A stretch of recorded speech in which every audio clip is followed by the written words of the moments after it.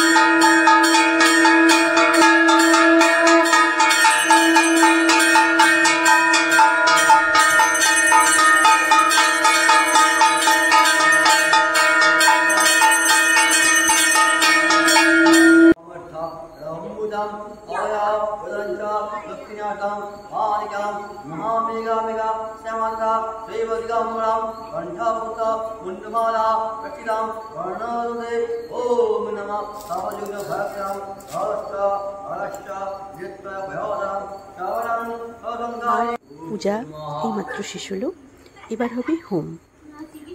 দাদা বইটা বন্ধ করে দিলেন আর বাইরে এক কাকিমা সব হোমের ব্যবস্থা করে রেখেছে, সেখানেই এবার হোম শুরু হবে।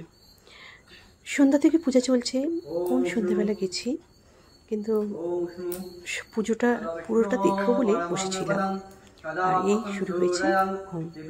হোমটা দেখার পর আরতি হবে, তারপর বাড়ি ফিরবো।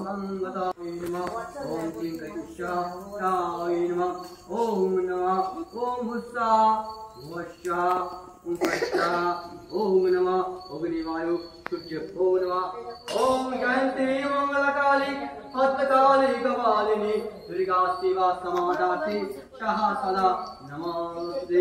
ओम क्लीं कालिकायै नमः। ओम क्लीं कालिकायै नमः। ঘুম চলছে, দেখতে ভীষণ ভালো লাগে।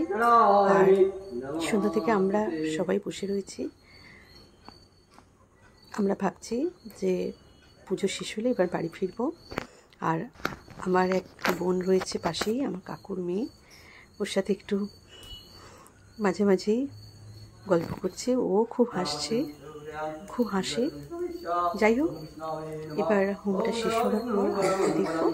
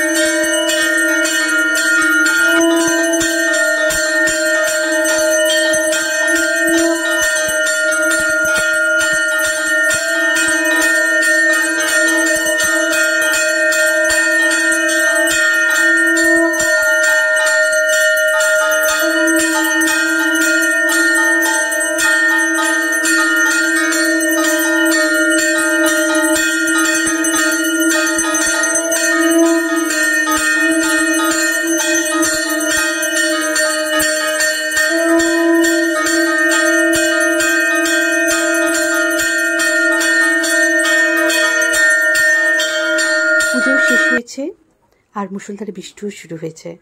তাই আর দেরি করলাম না, বৃষ্টিতে ভিজে ভিজেই বাড়ি ফিরতে লাগলাম। আর অপরূপ সুন্দর লাগছে এই মায়াবী আলোয় মন্দিরটা। মা সকলকে খুব ভালো রেখো মা। আমি এবার বাড়ির পথ ধরলাম।